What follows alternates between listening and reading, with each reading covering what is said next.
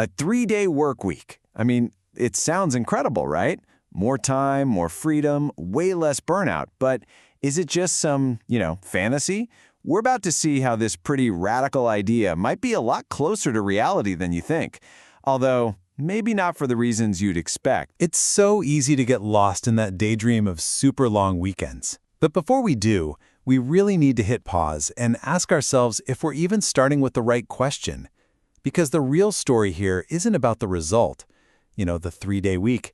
It's about the cause. And that is the crucial pivot. The ability to work less but get the same or maybe even more done isn't about luck. It's not about just working harder for 3 days straight.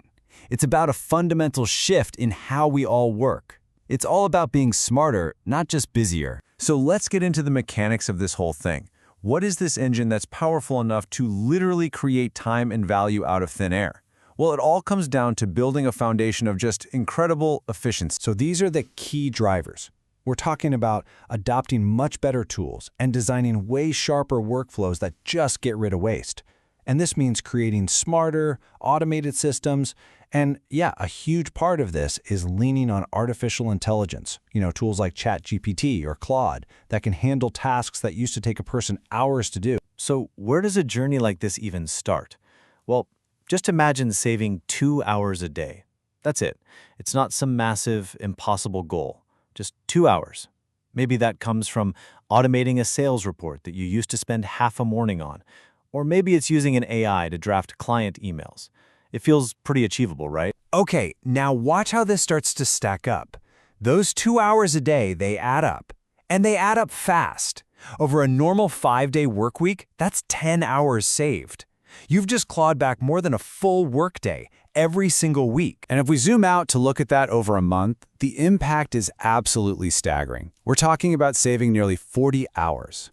I mean, think about that. You've gained back an entire work week every month with zero drop in what you produce.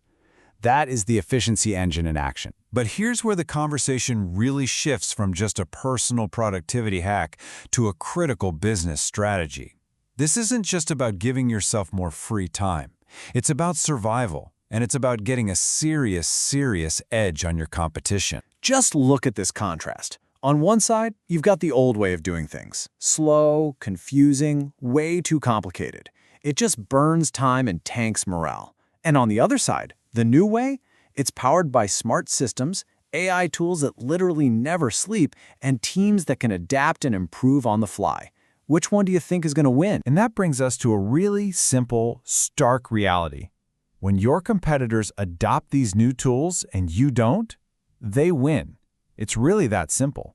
They're going to be faster, more efficient, and way more innovative. And winning isn't some abstract idea here. It translates into real, tangible stuff. For some people, it's the freedom to chase new ideas. For others, it's the money to actually grow the company. And for a lot of us, it's simply more time. Time you can reinvest, time you can use to rest, or time to just think and strategize. Okay, so this brings us to the call to arms. It's not enough to just know this shift is on the horizon. You have to actively get ready for it. It's about building a state of readiness right into the DNA of your organization. Let's start by looking at a key idea differently. Workflows. This isn't just about drawing up flowcharts for the operations team anymore. In this new world, how you get work done is your strategy. It literally determines how fast you can move, what you're capable of, and your ability to adapt to anything. So where do you even start? It really boils down to 3 direct actions. First, start simplifying. Just cut out all the unnecessary steps from your processes. Second, start testing. Don't wait around for the perfect tool. Just experiment with things now. And probably most importantly, start including your people in this whole journey. Yeah, this cannot be some top-down command. The people who are doing the actual work every day, they're the ones who know where all the friction is. They know what could be better. If you don't include them in building these new systems, you not only miss out on their best ideas, you actually create resistance when it's time to make a change. When you boil it all down, this whole discussion really comes down to one thing: inevitability. This shift, it isn't an option. It's not a question of if it's going to happen, but how you're going to meet it when it does. And that leads to this really powerful ultimatum. It's coming. For some by choice, for others by force. Some people are going to choose to adapt now, to lead the charge, and they're going to reap all the rewards.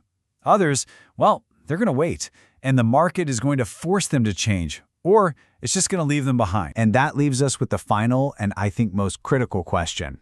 This isn't just for the CEOs or the founders. This is for everyone. The very nature of our work is changing, and it's being powered by tools and systems that felt like science fiction just a few years ago. The future isn't just coming, it's being built right now. So the only question left to ask yourself is, will you be ready?